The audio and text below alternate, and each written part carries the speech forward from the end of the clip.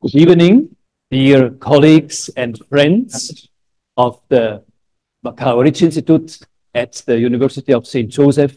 It is great joy and honor to welcome you warmly, and also our speaker, whom you already know very well, Father Jaroslav Turaj. We have today a topic which we very highly value on the interreligious dialogue by Father Yves Raguin. We are so happy that Father Jaroslav and I highly value this deep research into interreligious dialogue.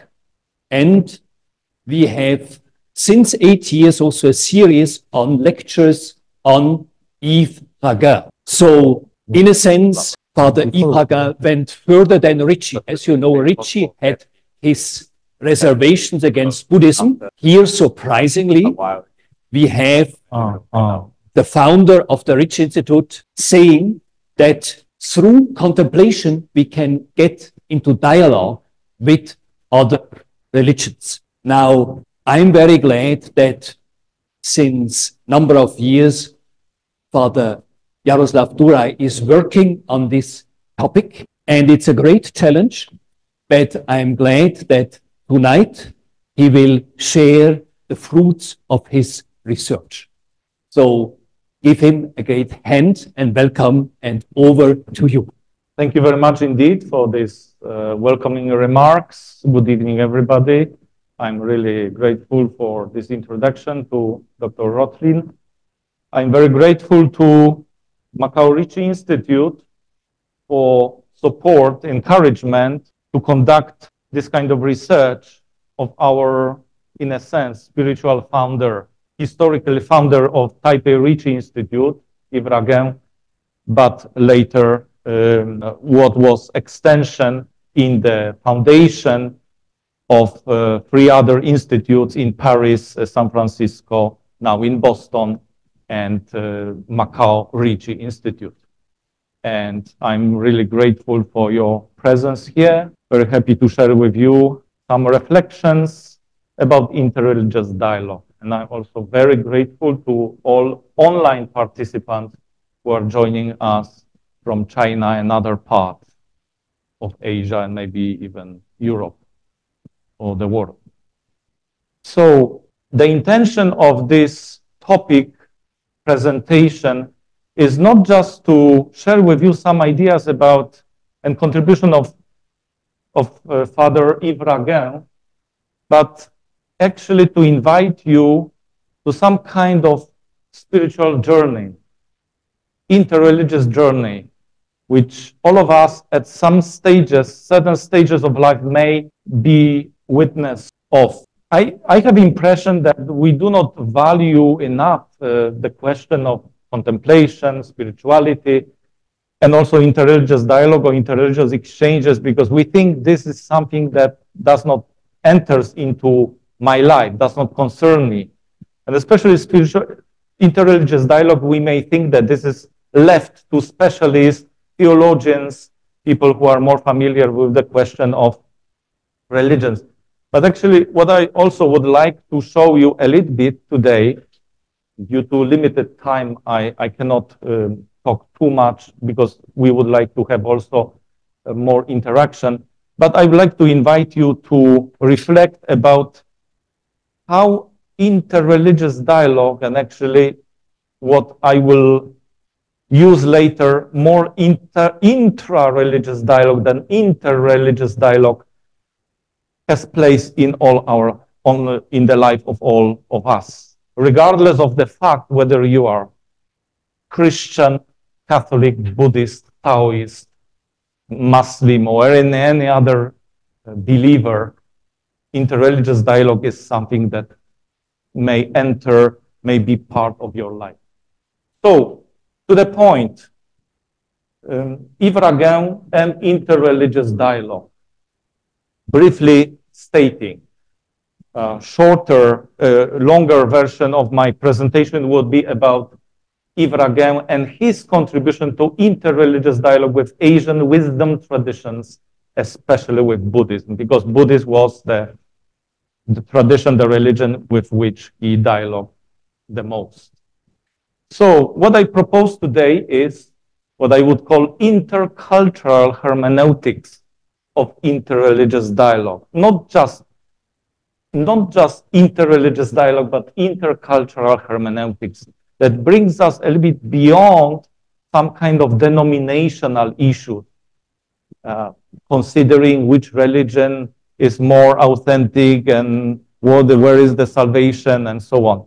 Actually, this kind of approach, in my view, promises more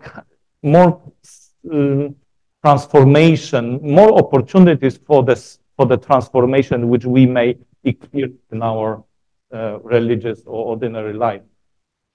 So this is the structure of today's presentation, a brief introduction to the person of Yves Raguin, some aspects of Christian theology of religions, then interreligious hermeneutics in relation of wisdom traditions. What will follow, I will talk briefly about some intercultural dialogue with Chinese wisdom traditions. Then a few words about contemplative practice in relation to intra-religious dialogue, more than interreligious dialogue only. And then some reflections about intra-religious dialogue with Buddhism. So I will give you some examples of the experiences of Yves Raguin with regard to dialogue with Buddhism. And finally, some concluding reflections, remarks about the contribution, the legacy of Yves Raguin. So, a life of a missionary and a scholar. This is how I would identify two fields, the main fields of his activity. His Chinese name, Gan Yifeng, he was born in 1912 and died in 1998. So briefly speaking, in general terms, he was sinologist, theologian, buddhologist, also priest and missionary, talking about his religious identity or affiliation. Regarding his works and publications, there are many books that he published and several different fields in which he was an expert. So one of them are missiological writings, writings about contemplation and spirituality, some historical, philological, lexicographical writings, and finally some writings about comparative religion and interreligious dialogue. Here is the list, only a few of the works that he published. Some of them, many of them, of course, he published in French, then later they were translated into English, some into Chinese. I would like to point out only to two, namely, Terminologie raisonnée du bouddhisme chinois, published in 1985. This is, I brought with me this book because I find, this is not a book, this is a dictionary. I find it an extraordinary work, maybe very little paid attention to, but this is a Buddhist, this is the dictionary of Buddhist terms, okay? Father Yves Raguin, for 10 years, he was collecting in Taiwan. For 10 years, he was collecting specific Buddhist terminology because he was interested in knowing how Buddhists, what kind of terms Buddhists use. And after this collection became quite big, he decided to publish it. And I think, to my limited knowledge, he is one of the few, if not the only one, religious Catholic, a priest who published Buddhist dictionary. If you know anybody else, please let me know. And the second one, the second important book published in 1975 was The Depth of God. Beautiful, a masterpiece, we can say, highly recommended work for reflection. And then Paths to Contemplation and Ways of Contemplation, East and West. So this is the example of the cover of the publication, Paths to Contemplation, and this is The Depth of God. So a few words about his life, because I have to assume that not everyone is familiar with the person of Yves Raguin. So first of all, of course, he entered at one point to the Society of Jesus. He was later missioned to China, to Shanghai, although first he wanted to go to Africa, later he wanted to go to Russia to be missionary there, but eventually he discovered that God is calling him to China. He was sent to Shanghai, worked there for some time, and was sent for PhD research at Harvard University. And nevertheless, he did not finish the research because the superiors at the time told him, you have to consider, because there was a change of power in 49. In Shanghai, we know what was happening, so he was told, either you come back now or you may not come back at all to China. And actually, that's why he decided to go back to China. Nevertheless, did not stay for long, just a few years, and in 53 was expelled with so many other missionaries. Some of them went to Taiwan, to Philippines, and so on. So he spent several years in Taiwan from 53 to 59. Then he went to Vietnam from 59 to 64. And again in 64, went back to Taiwan and continued his work basically there until he's there. So now let us look briefly about his understanding of what is Christian theology of religions. I start with that because I think it is important to understand the question of interreligious dialogue from this perspective. Christian theologians know that in order to participate fully, fruitfully in the dialogue, it is also important to understand what kind of theology of other religions we need to bear in mind in order to participate in fruitful dialogue. So we have basically two approaches to supernatural reality when we deal with what we call supernatural reality, not yet God or absolute. Right? We have cataphatic and apophatic traditions, which has been developed in the West to much degree cataphatic, then apophatic. Apophatic tradition, which means negative theology. Cataphatic is affirmative theology, has been developed. Cataphatic tradition was developed in the West, apophatic tradition more in the East. So we can say that there are two ways of knowing God and speaking about him. The way of affirmation, 肯定 in Chinese, or the way of negation, 否定. So he starts his reflection from this premises. What is the way of knowing by unknowing? This is another question that he challenges us in departing a little bit from the cataphatic tradition to negative theology. He says the following: in the Christian churches, we know both ways, but as a matter of fact, the Catholic Church has been, during the past centuries, insisting on the first one, leaving the second one to these people we'll call mystics. And he says the following: Buddha's experience reminded me that there is a way of knowing by unknowing. A very puzzling statement, and actually it shows that not everything what we speak about God actually gives us to the deepest experience of religious experience of God. Actually, there are also some aspects of unknowing in this apophatic negative tradition, which should be included, that actually may lead us even farther and deeper to the knowledge of God and understanding of God.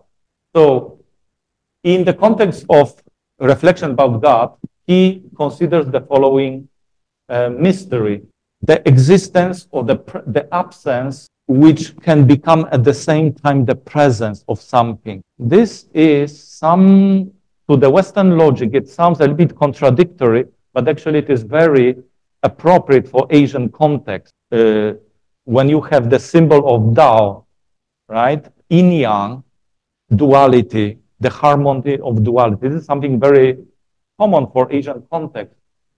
Here he understands that we need to apply this kind of understanding also to Western theology, to the knowledge of God. The tension and the coincidence of absence and presence. He says that the deepest presence of God for a man is perceived as an absence. So great is the difference between the presence of this absolute being and every other imaginable or palpable presence. About the transcendence of God, he says the following. It sounds like a prayer. Oh God, your immensity fills the earth and the whole universe, but the universe itself cannot contain you, much less the earth and still less the world of my thought. By this, he wants to confirm that our effort to understand God always is futile, in a sense that mystery of God is much beyond every human effort of penetrating the mystery of God. That's why in order for the complementarity of our contemplation of God, we need to consider personal and also non-personal experience of God, which is already in Christianity. This non-personal experience, religious experience, is more common to Asian tradition, but is not so present in the West. So generally speaking, for Father Yves Raguin, we can consider all kinds of spiritual experience from the perspective of so-called three gates. There are three gates to the world of mystery. The first gate is upper gate, and this is the gate of transcendence, the gate of theologians, a cataphatic tradition, the positive way of speaking about God. The second gate is the middle gate. This is the gate of nature, of our relationship with the surrounding world. It means it is also called gateless gate, because it is something natural. Our relationship with the world can help us to have relationship with the transcendent. And the third one is the lower gate, and this is the gate of intimacy, of interiority, the lower gate. How Father Raguin defines this? He says, this inner way appeals to many Christians, but it is a fact that it has been neglected for a relatively long period of time for fear of degenerating into self-centeredness. The danger is real and many have become trapped in themselves, unable to reach beyond. However, if we understand what it means to go to the center, and then from the center to the source of everything, this way becomes a wonderful way to God. Now I would like to reflect briefly about what kind of theology then we should apply in order to deal with these different mysteries and different religions. I think very important and promising would be what Henri Le Sceau, a Benedictine monk, or his Indian name was Abhishektananda, he proposes pluralistic theology of religion, which should be based on what? On contemplative spirituality. Okay, not just spirituality, contemplative spirituality. This is something that agrees perfectly, in my view, with what Raguin says, that we need to pursue the true universal cosmic theology, which is still to come, as it is necessary for today's religious pluralism. So it means phenomenon of religious pluralism can be dealt properly or deeply if we apply this cosmic theology. And to some extent, this finds its echo in what Pope Francis, this is the recent document of Pope Francis about how to do theology. I think this is very important short text, Ad Theologiam Promovendam, in which he says the following: theology must develop in a culture of dialogue, an encounter between different traditions, and here the point is different religions. I think this is something that I'm not sure whether many people are paying attention to this. To do theology in relationship to other religions, not just to Revelation and to Bible. That is very important and finds it, I think, corresponds with what Father Raguin intends to do. So Catholic theology should be seen against the background of Chinese culture. Now, going more concretely to our context, how he sees the role of Chinese religions. He says the following: we can become more and more aware of the fact that Catholic theology has to be seen now against the background of Chinese culture, especially in relationship to these three religions: Taoism, Confucianism, and Buddhism. Confucianism is a little bit ambiguous because it's not officially considered as a religion, more as a philosophical system. But so he also finds the importance of the Buddhist challenge to Christian theology. According to him, Buddhists can contribute to the reflection, to the theological reflection, because he thinks that Catholic theologians nowadays are facing a new world of religious thought in different countries. And Catholic theologians are questioned by different Buddhist beliefs. What disturbs Catholic theologians, he says, is the fact that Buddha and Buddhists as a whole reject our belief in personal God. This is the most challenging thing to Christians. Buddhism does not acknowledge this, does not deny the existence of God, is simply not concerned with the question of God as irrelevant to the basic solution, which is how to solve the problem of human suffering. So, following this track, we can consider several aspects in this theology of religion. First, the salvific value of other religions. Raguin states very clearly, after the Vatican II, he is reflecting in the spirit of Vatican II, Nostra Aetate. Of course, he believes that there is a universal salvific value of all religions. There is no doubt about that. There is also theological value of religions. It means they convey or transmit the knowledge of God, and also they lead to the experience of mystery. Okay, so these are two main elements of consideration for the salvific value. Now, what is the relationship between salvation in other religions and the salvation in Christ then? Is one of the essential problems in theology of religions. He says very clearly, but this may be shocking to some of you, some of us, nobody is saved by its own religion, strictly speaking.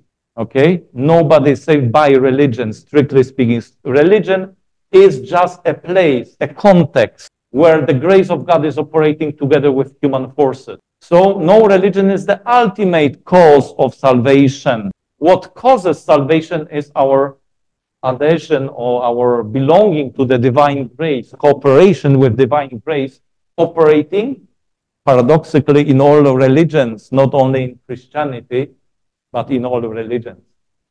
What are the consequences of it for evangelization? He asked himself. First, if we proclaim the gospel, the outcome of it may be that we reanimate other believers' faith. This is something that you will rarely find the answer from theologian. To be a missionary means you have to preach the gospel in order to convert people, right? Reanimation of other believer faith. So it means you proclaim the gospel in such a way that this message actually not necessarily converts the person, but actually helps that person, regardless of religious background, helps that person to become a better believer in his own religious tradition. This might be shocking to some, but this is exactly what he means. What is impossible to propose, when it is impossible to propose the Christian message, when people don't accept it, then one is to encourage to deepen their own religion, to discover the spiritual light of their own existence. So he says that we are all like travelers. Okay, we walk together and accompany one another. We have two things in common: the Word of God, which attracts us, and the research of truth. These are two things that we share with other believers. And in the case of evangelization of non-Christian religions, he suggests the following: that we do not start from preaching or proclaiming the gospel. This again might be shocking. don't start from the gospel. Start from human psychology, in order to approach those people who believe different. So great religions can be considered as agents of salvation, but not strictly speaking. In general terms, yes. He says that not to recognize the fact that all the religions are agents of salvation is to deny the whole plan of God. So to recognize that religions are historical agents of salvation has to go along with the recognition that Christ is the Word of God and His Spirit are the ultimate agents of this salvation provided in history through and by many different religions. So what is then the role of religions of Asia in relationship to Christianity? Of course, first, we need to state and accept the fact that there are plurality of religions as by not only as phenomenon, but something willed by God. Religions are not linked with local culture in an absolute and definitive way. It means, talking about Christianity in China, interestingly, he says, Christianity has to accept the double fact that it has to be sinicized. And it has also to transform the Chinese mentality. Sinicization, we know that this is the actual language, official language. All the religions have to be subject of this process. It is legitimate for Christianity to try to convert China as it was for Buddhism. Yes. And we should not project on the future China the images and schemes of a Western Christianity. Otherwise, this is not enculturation. And finally, in moving forward, individual conversions are very important because in a modern society, we cannot expect mass conversions, which are usually sociological. So we have to understand that more important are individual conversions. So what would be the interreligious hermeneutics of wisdom traditions, especially these three we mentioned before? In this context, he talks also about comparative study of religion. And he says that Christianity has nothing to fear in being compared with other religions. The results of such comparison should be both a greater esteem for Buddhism and a deeper understanding of the uniqueness of the revelation made by God Himself in Christ. So, considering wisdom traditions, we can find a common denominator, namely universal quest for ultimate reality. We can use term God, absolute, but the most universal would be ultimate reality. It is a universal quest. And this kind of approach may help us to build bridges between East and West. For him, all religions actually play a role of catalysts. Okay, what is that? To be a catalyst, a real catalyst will be one who enables others to grow and develop. The perfect catalyst helps and inspires others to discover and develop within their own culture. He's an inspirer, someone who awakens, whose mere presence and existence is a call, not to imitation, but to full personal development. It means the catalyst is respecting the freedom of other believer. He's not imposing anything. He let the person grow in its own freedom to the maturity he's called to. So the catalyst is there to inspire others in their search for God. Now briefly about intercultural dialogue with Chinese wisdom tradition.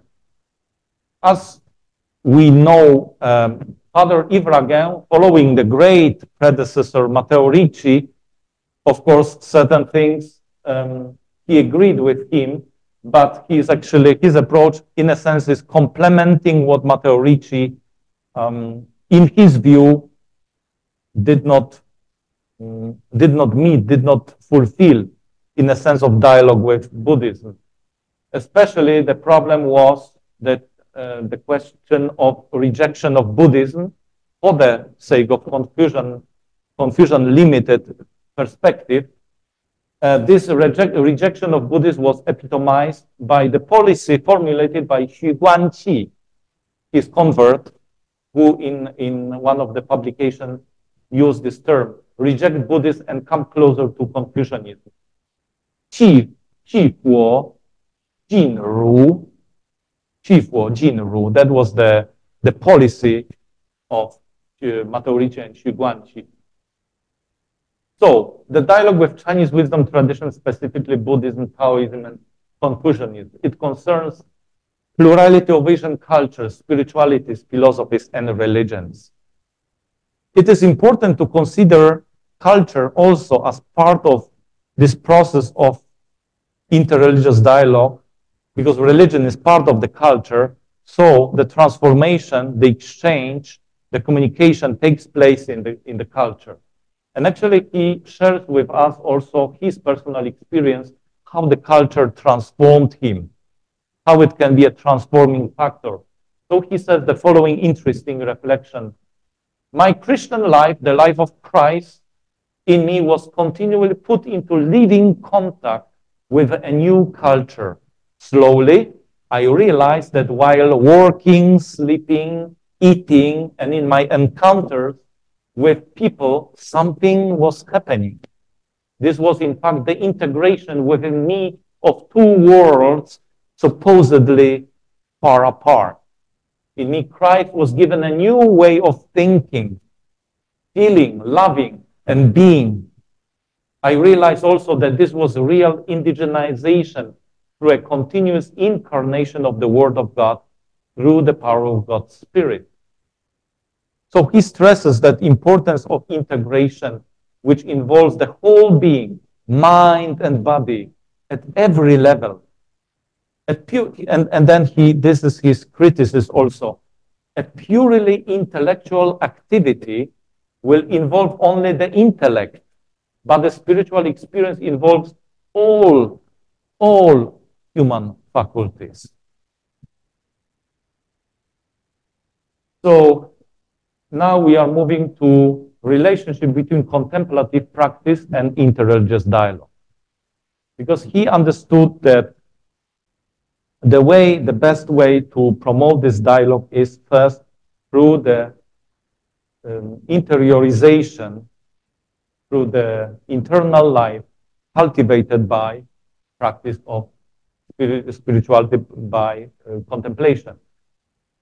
His spirit of dialogue, as he understands it, in my view, complies with several other scholars who mentioned something that is compatible perfectly with what Raguin intuited. Namely, one of them is very important French thinker Simone Weil. She talks about the virtue of sympathy when we are entering the comparison of practicing or undergoing the comparison of religions. Then the second one, Rousseau, Abhishektananda, I mentioned before. He talks about the depth dimension of religious dialogue. And finally, Raymond Panikar is an Indian scholar, Hindu, born in Spain. He proposes this intra-religious dialogue. Okay? And Raguin himself, he talks about the inner dialogue or internal dialogue. And now I will explain why it is compatible. So the move I propose is from interreligious to intra-religious dialogue. Why it is important? Because in this book, Intra-Religious Dialogue, Raymond Panikar talks about this shift. When the interreligious dialogue catches hold of our entire person and removes our many masks, because something stirs within us, we begin the intra-religious dialogue. This is the internal dialogue triggered by the Tao, who is not indifferent to the I.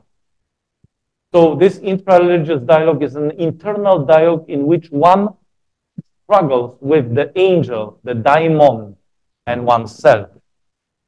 So it is not just the dialogue between people, but actually starts from within of each individual, dealing with its own concerns, questions, dilemmas, spiritual or religious ones. That's why it's called intra-religious dialogue. In this dialogue, we are in search of salvation, and we accept being taught by others, not only by our own clan.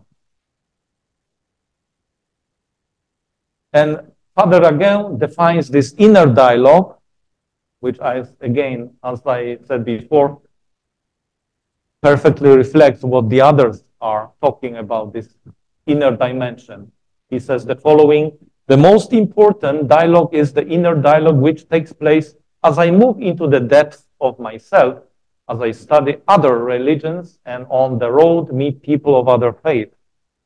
To integrate Christian life into the Chinese world, it is not enough to simply have Chinese ceremonials and rituals incorporated into the liturgy.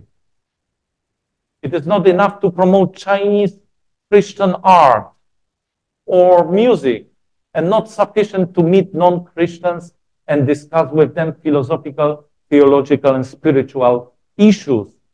We have to offer the fullness of our culture, body and mind and spirit to God, so that God may transform us in our contact with others' values and cultures.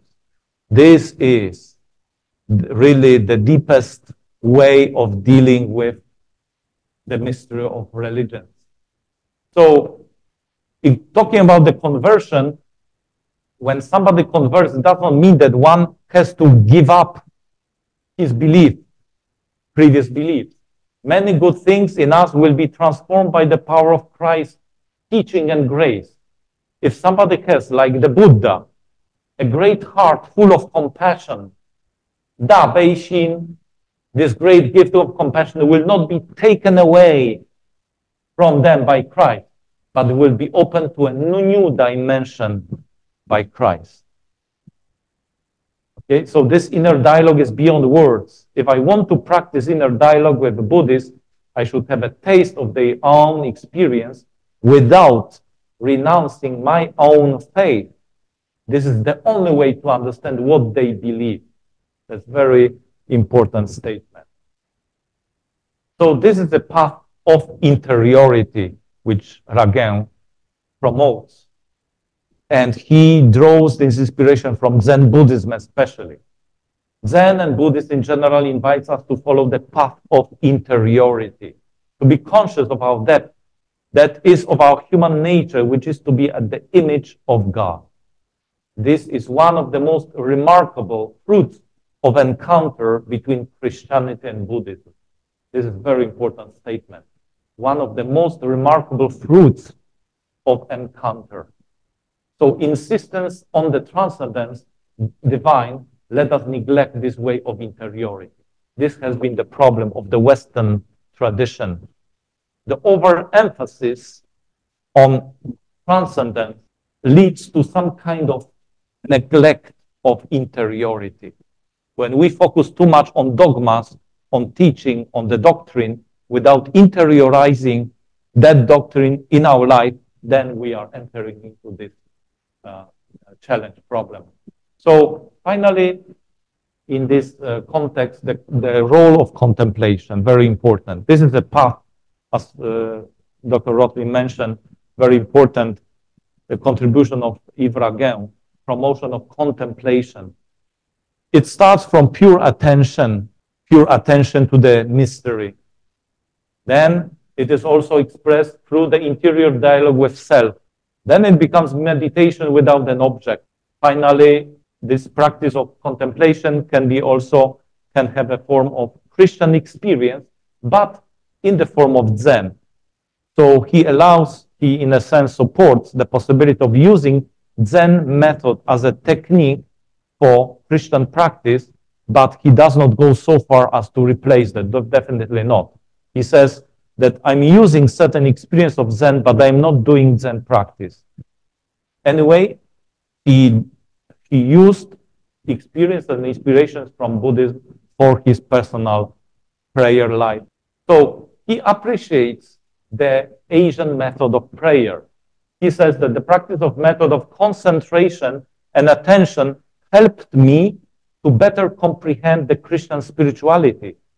It helped me to rediscover some aspect of the Christian spirituality which has been a little bit forgotten in the course of last century. He says the last few centuries, especially, the Occidental spirituality took the direction of exteriority, pretending to remain spiritual. Orient, meanwhile, kept alive this interiorizing tradition that is preserved, in his view, in Zen.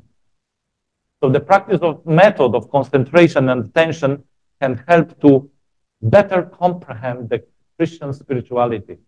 And then the importance of religious experience. This is another very important aspect in this question of context of spiritual practices. Important point of dialogue with Buddhism is to recognize the primary value of the spiritual experience. We have developed in the Christian West the dogmatic, which the magisterium considers too exclusively as the expression of our Christian faith. Starting with the Reformation, however, the Roman Catholic Church considers this spiritual experience with suspicion. There was when somebody was talking too much about personal experience, oh, it's dangerous, he might be a heretic. So there's immediate suspicion of some kind of schismatic tendency. Religious experience was not welcome for a long time in the Catholic Church. Individual experience, right? So we have to rediscover the primary importance of the religious experience. The dialogue can help us to balance in our faith the dimension of experience with the role of dogmatic. Not that we have to get rid of dogmatic. There must be a balance between experience and the doctrine for obvious reasons, for help of spiritual practice. So what is the Raguin's method of dialogue? Some basic elements I would like to share with you today. First is we need to start from appreciation of the role and impact of Buddhism, or for that matter of any other religion. Without respect, appreciation, we cannot forge ahead with dialogue, of course. There is the primary importance of the religious experience I just mentioned. There is the importance of this path or way of interiority, or the inner gate. Re-evaluation of Catholic theology he proposes based on this experience of Oriental traditions. And then he also clarifies what are the conditions for dialogue: humility, appreciation, acceptance, knowledge, understanding, and self-reflection. And then apophatic and kenotic theology, which I mentioned before. What kind of fruits we can expect from dialogue? So first would be reconsideration of the mystery of faith, especially with the focus on theology of creation. Then reappreciation of its own beliefs. The dialogue can help us to strengthen, to clarify our own belief. Then we need to use, thanks to dialogue, some kind of new theological language in order to communicate the mystery of faith. And then catalytic role of religion, which I mentioned before. So we have to reappreciate our beliefs and press them in a language which has a meaning not only for Christians, but also for other believers in any religious tradition. If we don't clarify the language, we will be simply not understood. And now I would like to give you few short examples of his experience of encounter with Zen and how it transformed his life. So I will start from inspirations from Buddhist studies. Already early on, when he was in Europe and studying theology at Lyon in France, the first year of theology, he met this extraordinary theologian, Henri de Lubac, Cardinal. He is not only a great theologian, but also expert in Buddhism. He wrote several Buddhist books in Buddhism, and he gave lectures on Buddhism. So those lectures by Cardinal Henri de Lubac, especially about the history of Buddhism, deeply inspired him in terms of Buddhist studies. And the second inspiration came from in Paris, when he was in Paris, he had an occasion to attend a course on Platform Sutra, 六祖大师法宝整经, the Dharma Jewel Platform Sutra. This is the sixth patriarch, very important sixth patriarch of Chinese Zen Buddhism, Huineng. So he had the chance to study this difficult text, actually, and this also inspired him deeply. Already sometime before he even went to China.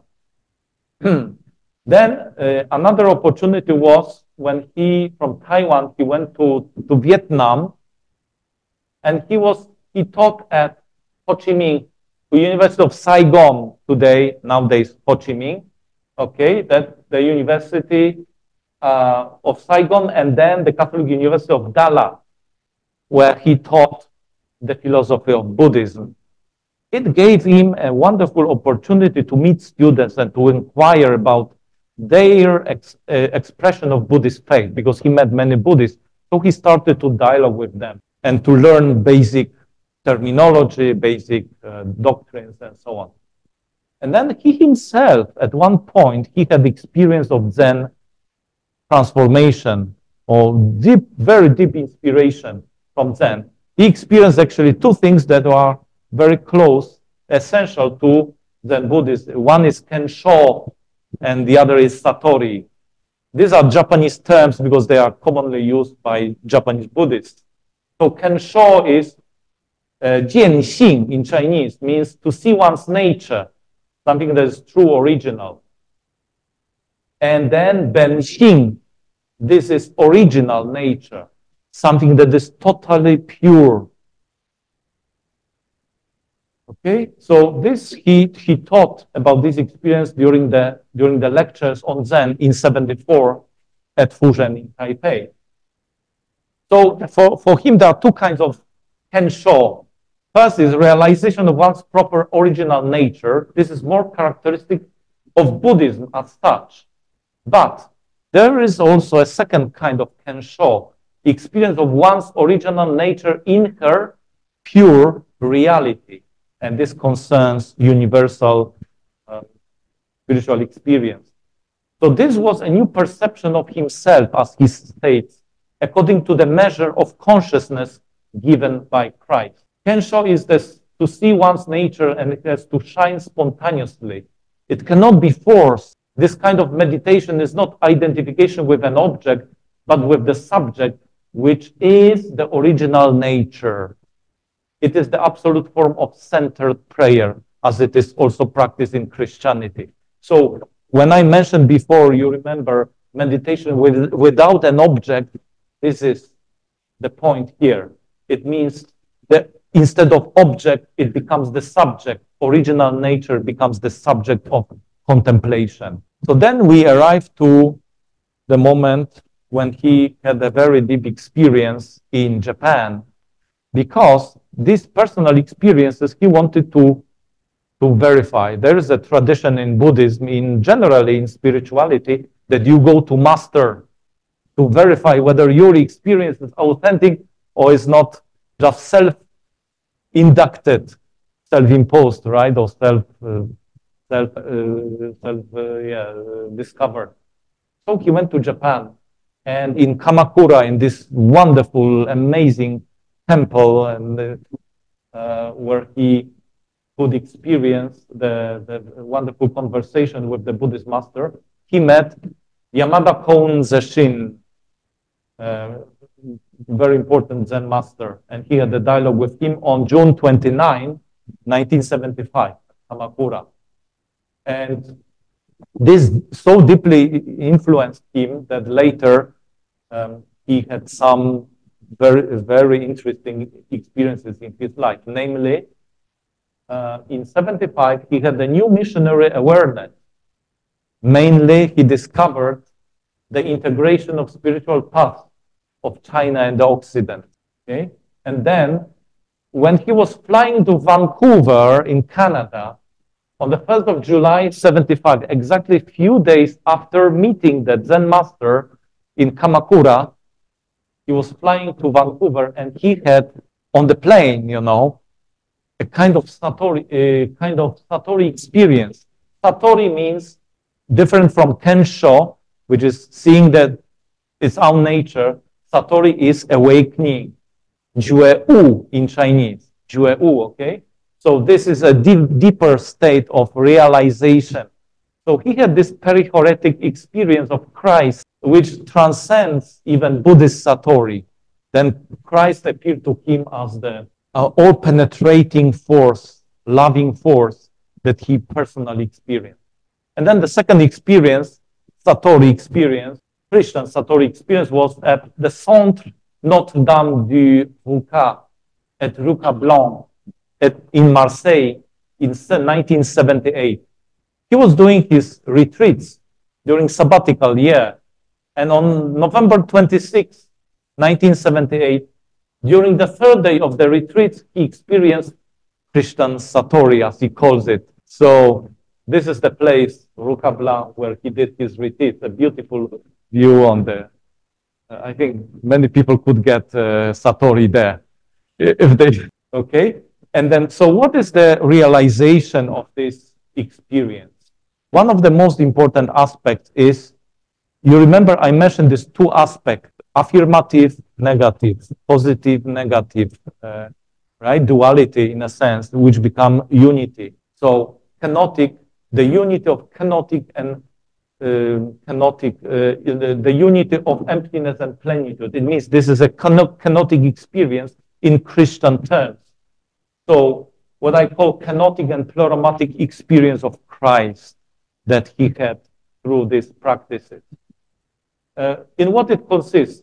He had an experience of realization of God's mystery, the very deep experience of God's mystery, a profound experience of God's mystery, a deep up perception of the reality of the divine presence.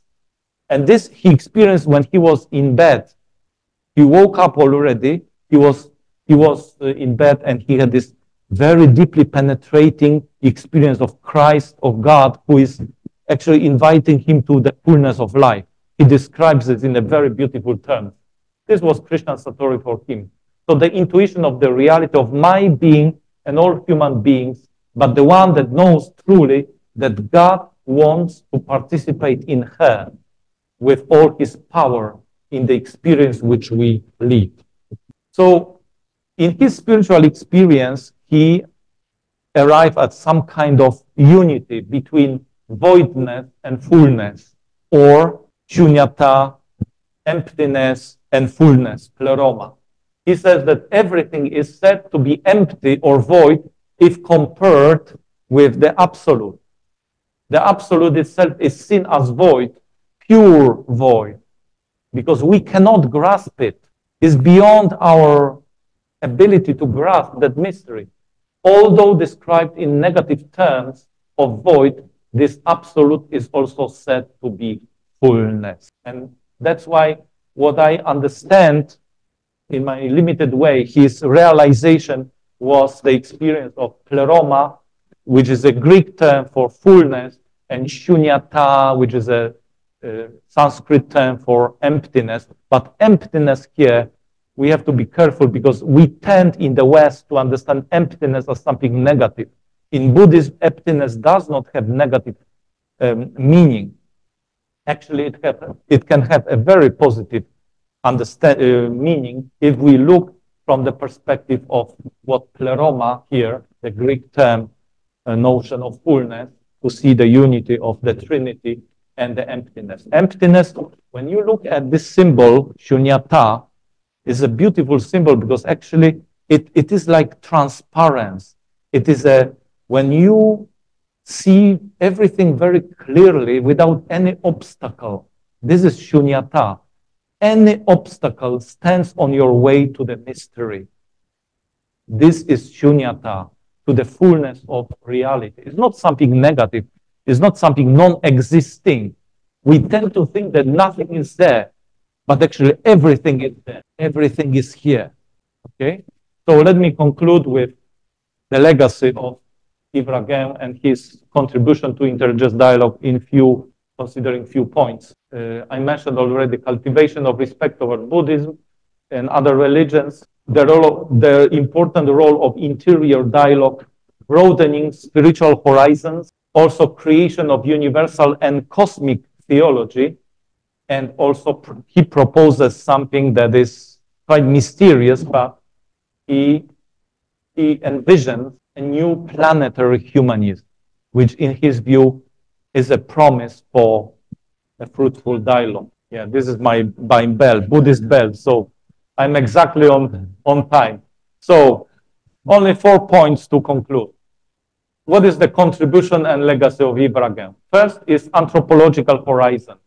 It means the importance of cultural and spiritual meeting of East and West, and also this vision of planetary humanism I just mentioned.